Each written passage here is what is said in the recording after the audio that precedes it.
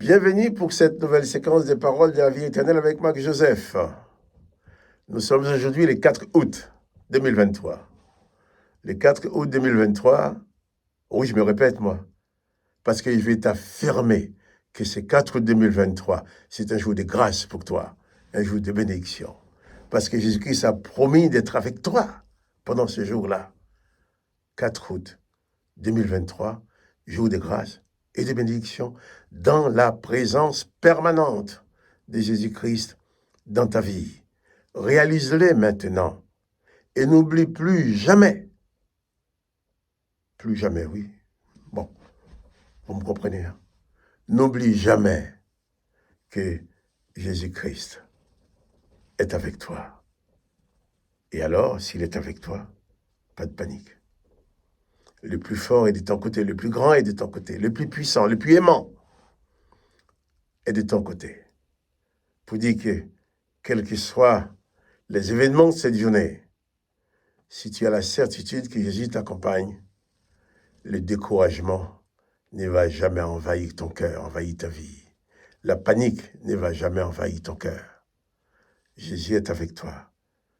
À tout moment, tu peux élever ton âme vers lui et entendre sa voix qui te dit, ta foi te sauve. Si tu crois, tu verras.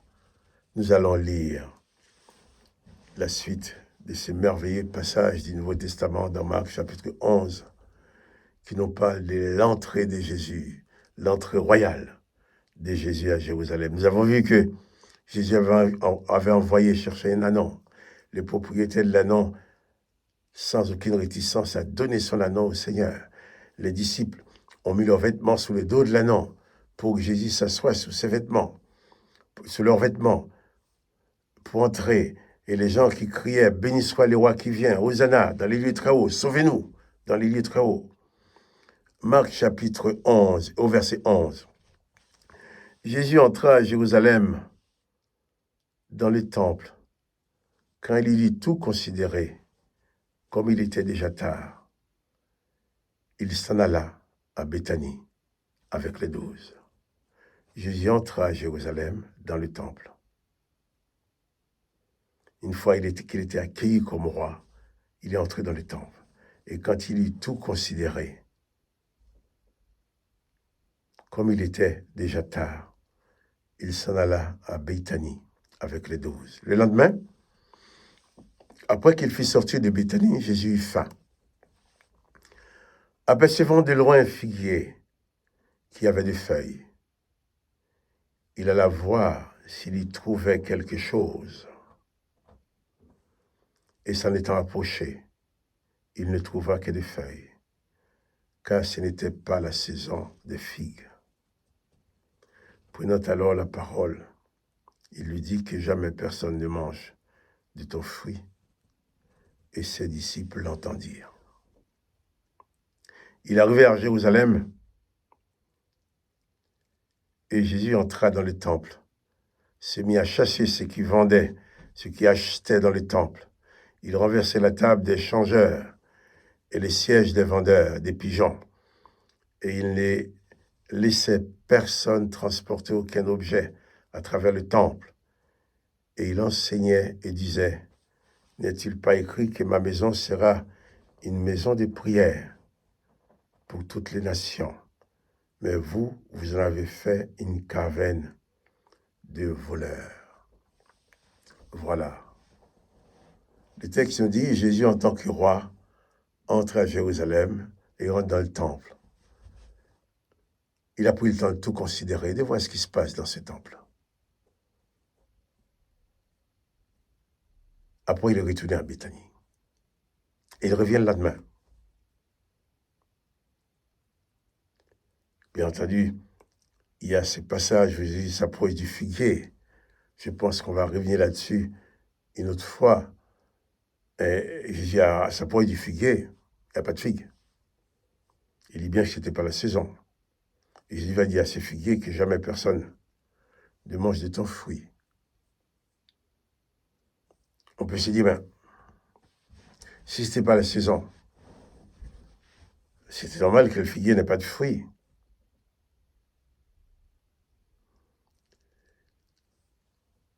Et j'ai pas beaucoup d'explications à donner là-dessus. Mais il y a des arbres, des figuiers, dans certains endroits, même si quand c'est pas la saison, il y a toujours quelques fruits par-ci, par-là. Dans mon pays, en Haïti, nous avons des manguiers. Mon père avait beaucoup de manguiers.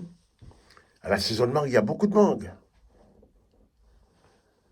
Mais la saison où il n'y a pas de mangue, il y a toujours certains manguiers qui ont une mangue par-ci, une mangue par-là. Nous disons que c'est des mangues qui arrivent à contre-temps. Des mangues hors saison, des fruits hors saison. Est-ce que ça devrait être pareil pour ces figuiers? Je ne sais pas, mais ce que je sais, en prononçant ces paroles sur le figuier, Jésus voulait donner une leçon de foi à ses disciples. Retournons maintenant dans le temple, où Jésus trouve que le temple était un grand marché. On vendait du tout. Remarquez, c'est normal. Les animaux qu'on sacrifie étaient vendus dans le temple. Les gens venaient acheter leurs pigeons, leurs moutons, le machin pour sacrifier dans le temple. Au lieu d'acheter la bête très loin pour amener dans le temple, eh bien, ils achetaient sur place. Donc, il y avait les affaires, les business étaient là et ça marchait très fort. Et ces gens prétendaient que c'était une maison de prière. Et pourtant, c'était plutôt la maison des marchandages, le plus grand marché de la ville, où les gens pouvaient acheter ce qu'ils veulent pour les temples, même acheter pour apporter chez eux. Jésus va renverser tout ça. Qu'est-ce que Jésus veut nous montrer en faisant ça? Il veut nous faire comprendre. Si nous disons qu'un endroit, un lieu est réservé à la prière, à l'enseignement, est réservé à rendre un culte à Dieu, il ne faut pas que ça devienne une boutique. Si dans votre local, dans le local où vous réunissez tous pour glorifier Dieu, pour chanter la louange de Dieu, pour recevoir l'enseignement, c'est une boutique. Moi, j'aime bien dire que l'argent et la foi ne feront pas toujours bon ménage. Parce que si je dois manifester ma foi en essayant de gagner de l'argent, je n'accomplis pas le service de Jésus-Christ. Si je prêche l'évangile pour avoir de l'argent, pour gagner de l'argent, pour devenir plus riche, j'ai fait mon commerce. Mais je ne prêche pas l'évangile de Jésus-Christ. Je prêche comme un commerce. J'ai fait mon commerce comme celui qui va vendre ses pastèques, qui va vendre ses courgettes, qui va vendre ses bijoux pour gagner de l'argent. Et d'ailleurs, si je veux gagner de l'argent, mieux vaut pour moi aller travailler. Oui. Aller vendre, oui. Aller acheter des produits et les revendre sur le marché. Aller travailler pour avoir un salaire, pour gagner de l'argent. Mais je n'ai pas de loi en tant que pasteur de dire je vais mettre quelque chose dans mon église à vendre un commerce pour gagner de l'argent. Là, c'est lieu qui est réservé à la prédication de l'évangile. C'est lieu où j'accueille les gens pour les enseigner l'évangile. Il ne faut pas que ces gens-là deviennent mes clients privilégiés. Oui, je vais leur vendre des bouquins. Il y a des librairies en ville pour vendre des bouquins. Je vais les vendre des objets religieux. Non. Les gens pouvaient dire à Jésus, mais c'est normal. On a besoin des moutons, des bêtes, ces bêtes pour offrir des sacrifices. Jésus dit, il a été dit que la maison sera une maison de prière, mais vous en avez fait une taverne de voleurs. Je ne vais pas me porter juge contre personne. Mais faites attention. Qu'est-ce que vous appelez vos églises, vos temples, ne deviennent pas aussi des cavernes de voleurs avec tant de commerces dedans. Des commerces de toutes formes. Des commerces de tout genre. Faisons donc attention. Car Jésus-Christ ne nous demande pas d'utiliser son évangile commercialement, mais nous demande seulement de prêcher l'évangile. Celui qui a une librairie, il a une librairie, c'est un commerce. Il vend la Bible, c'est bien. La Bible, c'est les livres qu'ils vendent, c'est écrit, Ça écrit, un travail qui a été fait, celui qui a travaillé mérite un salaire, on achète. Mais ces commerces ne doivent pas entrer dans le temple.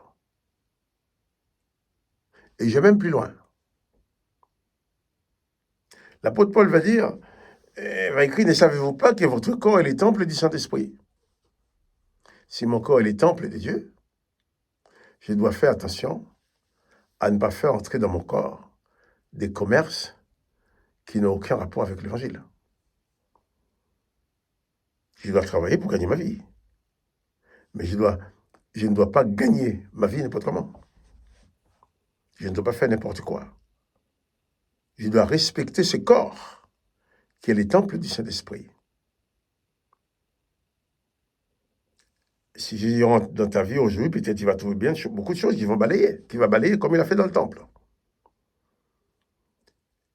Et j'ai envie de m'appuyer plus, au lieu de parler des murs du temple de Jérusalem, de m'appuyer plus sur ta vie qui est le temple de Jésus-Christ. Le roi entre dans ta vie comme il est entré à Jérusalem, il est entré dans ta vie. Eh bien, il veut que ta vie soit propre, qu'il n'y ait pas de commerce, qu'il n'y ait pas de choses, de tricheries, que ta vie ne soit pas une taverne de voleurs. Qu'une vie soit une taverne de voleurs, c'est parce qu'il y a tous les mauvais esprits, tous les vices, tous les machins qui sont dedans, tous les péchés qui sont là, mais on continue à proclamer qu'on est disciple de Jésus-Christ. Jésus dit que si quelqu'un veut venir après lui, qu'il renonce à lui-même. Il y a telle habitude dans ma vie que j'avais qui ne sont pas conformes à l'enseignement de Jésus-Christ. Il y a telle d'habitudes que j'avais qui ne sont pas conformes à la gloire de Jésus-Christ. Eh bien, je dois les balayer de ma vie. Sinon, ma vie que je dis conduit par Jésus-Christ sera une taverne de voleurs où Jésus devrait faire le nettoyage. On va revenir sur ces choses-là qui sont si importantes. Mais seulement, n'oublie pas que c'est Jésus qui est le roi de ta vie. C'est Jésus qui est royalement installé dans ta vie. Il ne veut pas que ta vie soit une taverne de voleurs. Il ne veut pas qu'il y ait n'importe quoi dans ta vie.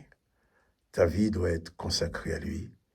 Tu ne dois pas faire entrer dans ta vie quelque chose qui ne lui convient pas. Parce qu'il est avec toi tous les jours jusqu'à la fin du monde. Il ne va pas faire n'importe quoi avec toi. Il ne va pas participer à n'importe quoi avec toi. Pour cela qu'il faut bien essayer d'être bien ancré dans l'enseignement de Jésus-Christ. Pour savoir ce que je peux faire avec lui et ce que je ne peux pas faire avec lui. Et que si le roi de ma vie, je dois lui dire, comme il nous a enseigné dans la prière, que ta volonté soit faite sur la terre comme dans les cieux, et surtout dans ma vie. Que le nom de Jésus-Christ soit béni. Que toi aussi tu sois béni. Je vais te rappeler encore qu'il ne faut jamais oublier que Jésus-Christ est avec toi tous les jours jusqu'à la fin du monde. Donc pas de panique, pas de terreur. Le roi des rois, le Tout-Puissant est avec toi. Je bénis le nom de Jésus-Christ. Je te bénis toi aussi. Et quant à moi, je te dis, à demain pour une autre séquence de paroles de la vie éternelle.